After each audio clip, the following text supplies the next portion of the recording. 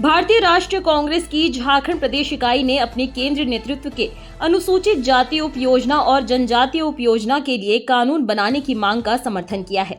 आज राजधानी रांची स्थित कांग्रेस के प्रदेश मुख्यालय में पत्रकारों से बातचीत के क्रम में पार्टी के प्रदेश अध्यक्ष केशव महतो कमलेश ने कहा कि विगत चुनावी घोषणा पत्र में कांग्रेस पार्टी ने इस पर केंद्रीय कानून बनाने का वादा किया था। उन्होंने कहा कि झारखंड में प्रदेश कांग्रेस इस कानून के लिए भाजपा सरकार पर दबाव बनाने के लिए प्रतिबद्ध है। इसके अलावा कांग्रेस प्रदेश अध्यक्ष ने प्रदेश कांग्रेस की भावी योजनाओं की चर्चा करते हुए कहा कि 2025 में कांग्रेस संगठन को मजबूती देने का काम करेगी। सभी media, print media, electric media के सम्मानित बंधुओं का झारखंड प्रदेश कांग्रेस कमेटी की ओर से हार्दिक स्वागत है और बहुत बहुत आप सबों का बधाई कि आप लोगों ने 3 महत्वपूर्ण त्योहार जो हमारे एक सप्ताह 10 दिन के अंदर में संपन्न हुए, चाहे वो ईद का हो, चाहे सरुल का हो, चाहे रामनवमी का हो, आप लोगों का भी काफी सहयोग रहा और शांतिपूर्ण ढंग से सभी जगह हमारे प्रदेश में संपन्न हुआ। आप सबों को बहुत बहुत बधाई थी। अब दूसरी बात है कि हमारे माननीय प्रभारी के राजू साहब दिनांक 13 अप्रैल को रांची आ रहे हैं। वो हमारे प्रखंड के जो पर्यवेक्षक हैं उन सबों के साथ संवाद करेंगे, क्योंकि आप जानते हैं कि यह 2025 का वर्ष जो है संगठन सृजन का वर्ष है और जमीनी स्तर पर हम लोग संगठन को कैसे मजबूत बनाएं, उसी पर गहन विचार विमर्श और उन सबों की बातें सुनी जा रही है। इसी क्रम में हमारे राष्ट्रीय अध्यक्ष माननीय खड़गे साहब और विपक्ष में लोकसभा में विपक्ष के नेता माननीय श्री राहुल गांधी जी ने विगत 2 दिन पहले हमारे 6 राज्य 4 तारीख को 6 राज्य और 2 केंद्र शासित राज्यों के जिला अध्यक्षों के साथ संवाद किया, उनकी बातों को सुनी। तो उसी क्रम में फिर हमारा 14 तारीख को आप जानते हैं कि हमारे संविधान के रचयिता, संविधान के प्रणेता, निर्माता डॉक्टर भीमराव अंबेडकर की जयंती है। उस दिन 9 बजे से एक मानव श्रृंखला जो संविधान की प्रति हाईकोर्ट, पुराने हाईकोर्ट के सामने उनके आदमकद प्रतिमा के समक्ष एक मानव ह्यूमन चेन के माध्यम से विवेकानंद चौक, देवेंद्र माझी चौक होते हुए डॉक्टर राजेंद्र प्रसाद चौक तक वह मानव श्रृंखला आएगी और एक सभा होगी। तो आज का दूसरा महत्वपूर्ण बिंदु है कि एससी सब प्लान और एसटी मतलब शेड्यूल्ड ट्राइब जनजातीय उपयोजना पर केंद्रीय कानून की हम लोग मांग करते हैं। हमारे माननीय नेता राहुल गांधी ने भी इस मांग को रखा है, उसका हम लोग स्वागत करते हैं कि जैसे शेड्यूल कास्ट सब प्लान और ट्राइब सब प्लान, तो इसमें का मुख्य उद्देश्य है कि इन दोनों संप्रदाय के लोगों का सर्वांगीण विकास हो। और ये सब प्लान श्रीमती इंदिरा जी ने 1975-76 में और 79-80 में एक योजना बनाई थी कि इन लोगों का कैसे सर्वांगीण विकास हो। इसके लिए 4-5 सूत्री उनके कार्यक्रम थे कि गरीबी में कैसे कमी लाया जाए, कैसे उन लोगों को आय के अवसर उन लोगों में पैदा किया जाए, गरीबी और बेरोजगारी को कैसे कम किया जाए। आज आप देखेंगे कि सामान्य वर्ग के लोग और एसटी एससी के ये में काफी अंतर है हर चीज में। तो इस खाई को कैसे पाटा जाए, ये हमारी नेता स्वर्गीय श्रीमती लो महिला इंदिरा जी ने ये कार्यक्रम की रूपरेखा उस समय तैयार की थी। जैसे सामाजिक आर्थिक, ये सामाजिक आर्थिक अंतर को कैसे बांटा जाए, कैसे इन लोगों का कौशल विकास किया जाए, इन लोगों को कैसे बुनियादी सुविधा मुहैया किया जाए, उनको स्वच्छ पेयजल हो, शिक्षा हो, स्वास्थ्य हो, इन सारे आवास हो, इस सब की गारंटी।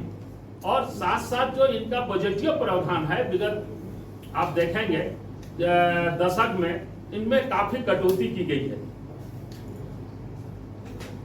इसलिए हमारे माननीय और हमारा बजट में भी हमारे ये में वो चुनाव घोषणा पत्र 2025 के चुनाव घोषणा पत्र में कि हम इस पर काफी हमारे नेता राहुल जी जोर दे रहे हैं, इन लोगों के विकास पर, इनकी आवाज को केंद्र सरकार में अच्छी तरह कि इन लोगों के लिए भी ये केंद्रीय कानून बने, ताकि इन लोगों के हितों का संरक्षण हो सके, इन लोग को न्याय मिल सके, इनके अधिकारों की रक्षा हो सके, इन लोगों पर किसी प्रकार का शोषण न हो सके। हमारे नेता इसमें काफी सक्रिय हैं और हम लोग भी तमाम कांग्रेस जन इसमें काफी कटिबद्ध हैं। तो इधर प्रेस वार्ता को संबोधित करते हुए पूर्व मंत्री और विधायक रामेश्वर उरांव ने कहा कि कई राज्य सरकार केंद्र सरकार द्वारा मिलने वाली अनुसूचित जाति और जनजाति उपयोजना की राशि को अन्य मद में खर्चा कर देते हैं। उन्होंने कहा कि इसे कानूनी रूप से जानने से अनुसूचित जाति और जनजातीय वर्गों का सही मायने में विकास हो सकेगा।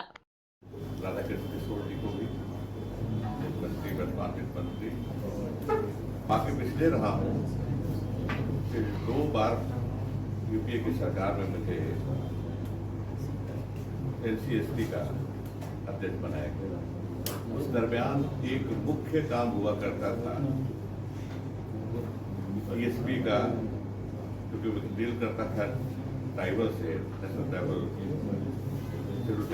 कमीशन से, तो मुख्य काम था ESP का समीक्षा करना, जगह जगह स्टेट में बहुत ही प्रोसेसन होता था समीक्षा के लिए दे करके कि ट्राइबल सब प्लान के पैसे को सही ढंग से खर्च नहीं किया। राज्य का नाम नहीं लूंगा, मैं बताऊंगा कि राज्य में ESP के पैसे से पुलिस के लिए गोलियां चलती थी, आम पुलिस। एक दूसरे राज्य में स्टेट ट्रांसपोर्ट का हेडक्वार्टर बनाया गया। कोई मतलब नहीं है ट्राइबल के वेलफेयर से, मकसद है 275(1) आर्टिकल है संविधान का। बाद से संविधान जब से लागू है तब से है ये ट्राइबल के लिए खास करके कि सरकार, केंद्र सरकार राशि भेजती है विभिन्न राज्यों आदिवासियों की भलाई के लिए, कल्याण के लिए और कुछ शेड्यूल्ड एरिया के लिए प्रशासन के स्तर को ऊंचा उठाने के लिए। ये 2 मकसद उसके होते हैं। लेकिन यहाँ आने पर, राज्य में आने पर खो जाता है राज्य, कहाँ चला जाता है पता नहीं चलता है। एक राज्य में शहर से एयरपोर्ट जाने वाला रोड ESP के पैसे से बनता है। आप समझ सकते हैं कि क्या मतलब इसका कोई अर्थ है कि नहीं। इस तरह से घटनाएं होती थी। तो राहुल जी की जो मांग है, हमारे प्रिय नेता राहुल जी की मांग है कि इसमें कानून किया जाए, कानून बनाया जाए इस पर, ताकि ये सही ढंग से खर्च हो आदिवासियों की भलाई के लिए और आदिवासी इलाकों के विकास के लिए। 2 मकसद इसके विकास के लिए सही ढंग से खर्च हो, ये इस पर कानून बनाया जाना चाहिए। हम धन्यवाद देंगे अपने लोकप्रिय नेता को, राहुल जी को, जिन्होंने यह मुद्दा उठाया। पहले होना चाहिए, लेकिन चलिए देर ही सही जो मुद्दा उठा है। और केंद्र सरकार से भी हम अपील करेंगे, अनुरोध करेंगे, इसको जल्दी से जल्दी कानून का रूप दिया जाए, ताकि डाइवर्सन ऑफ फंड जो होता है वो रुके। साथ साथ ये कहूँगा मैं, कानून बनाने के साथ अभी तक जो राशि खर्च हुई है जहाँ तहाँ, उसका स्पेशल ऑडिट, ताकि ट्राइबल और शेड्यूल कास्ट के हमारे साथी लोग जाने कि उनके लिए पैसे केंद्र सरकार ने दिए सब प्लान के तहत पीएचपी और एससी एसटी के तहत उन पैसों को, उन राशियों को राज्य की सरकारों ने किस तरह से खर्च किया, अपव्यय किया, क्या किया, उसको खर्च। मुझे याद है कि रेड्डी जी थे मुख्यमंत्री आंध्र प्रदेश के, उन्होंने गए थे कमीशन लेकर। पत्रकारों को संबोधित करते हुए राज्य के वित्त मंत्री राधा कृष्ण किशोर ने कहा कि इस कानून के लिए संविधान में भी प्रावधान है। उन्होंने कहा कि 2013 में कांग्रेस ने इसे कानूनी दर्जा देने के लिए कदम बढ़ाया था, लेकिन दुर्भाग्य से अगले चुनाव में केंद्र में हमारी सरकार नहीं बनी। के सामाजिक आर्थिक अंतर को पाटने में ये सहायक होता है। आर्थिक संसाधन का आवंटन होता है। आय के अवसर पर उपलब्ध कराकर गरीबी और बेरोजगारी को कम किया जाता है। शिक्षा, स्वास्थ्य, स्वच्छ पानी और आवास जैसे बुनियादी सुविधाएं उन्हें उपलब्ध कराई जाती है। जब ये पैसा कम होता जाएगा, फंड का डाइवर्शन होगा, जैसा कि आदरणीय रामेश्वर राव जी ने कहा है, तो फिर हम कैसे इस देश में आजादी के इतने वर्षों के बाद जो आर्थिक और सामाजिक रूप से अत्यंत पिछड़े, वो कैसे आगे बढ़े। इसीलिए श्री राहुल गांधी जी के नेतृत्व में अखिल भारतीय कांग्रेस कमेटी और देश के सभी राज्यों के प्रदेश इकाई ने ये तय किया है कि नहीं साहब, केंद्र सरकार और वो भी भारतीय जनता पार्टी की नीति वाली केंद्रीय सरकार देश में अनुसूचित जनजाति और जाति के प्रति उनके विकास को लेकर जो उनके अंदर उनके कार्य संस्कृति में जो परिदृश्य दिखाई पड़नी चाहिए थी, उसमें कमी और उपेक्षित हैं हम। हमारे आदिवासी समुदाय, हमारे जनजाति के समुदाय के लोग उपेक्षित महसूस कर रहे। तभी ये आवश्यकता महसूस की गई कि जब भारत के संविधान में ये प्रावधान है, तो क्यों नहीं उसके आधार पर कानून बनाया जाए, ताकि भविष्य में किसी भी राज्य में या केंद्र स्तर पर कोई उपेक्षा न हो। जो जनसंख्या और पिछड़ापन को देखते हुए जो फंड मिलना चाहिए, वो फंड राज्यों को मिले, इन दोनों जातियों को मिले। कानून बनाना बहुत ही महत्वपूर्ण है और यह एक संवैधानिक अधिकार भी है इन दोनों जातियों के लोगों को। हम आपको बता दें एक फिगर के माध्यम से, झारखंड की, जैसा कि हमने कहा कि झारखंड की बात की जाए, तो झारखंड में जो हमारी आबादी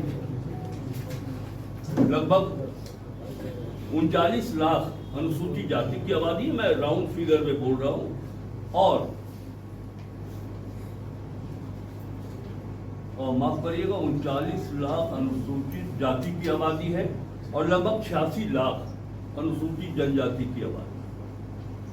विगत 3 वर्षों का फिगर हमारे पास है कि भारत सरकार से जो अनुदान की राशि मिली सब प्लान के ऊपर, ये राशि हमारी जनसंख्या, इनके सामाजिक आर्थिक पिछड़ेपन को देखते हुए बहुत ही कम है। हम आपको बताएं कि 2021-22 से लेकर 2023-24 तक अनुसूचित जनजाति के लिए 3,515.11 करोड़ रुपया मिला है और अनुसूचित जाति के लिए कुल 2,475.49 करोड़ रुपए झारखंड को उपलब्ध हुआ है। अब यहाँ पे 2 बातें हैं जो मैंने कहा फिगर के साथ कि जो हमारा पॉपुलेशन है, उस पॉपुलेशन के आधार पे जो हमको भारत सरकार से अनुदान मिलनी चाहिए थी, वो नहीं मिली।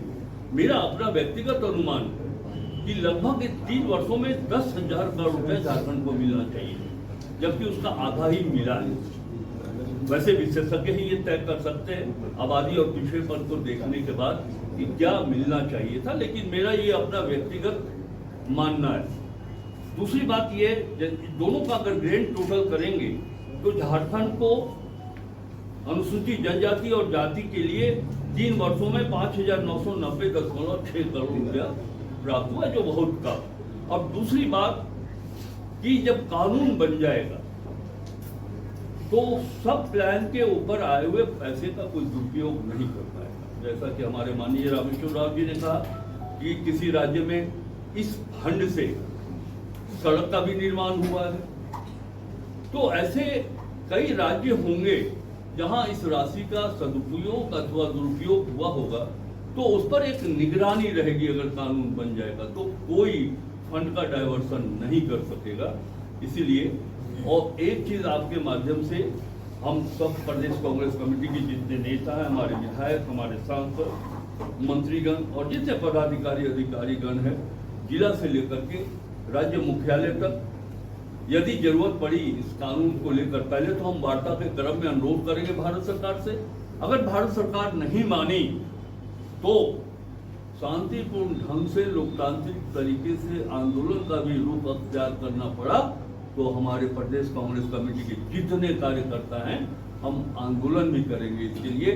इसीलिए करेंगे कि ये गरीबों के लिए, आदिवासी और दलितों के उत्थान की बातें हो रही है।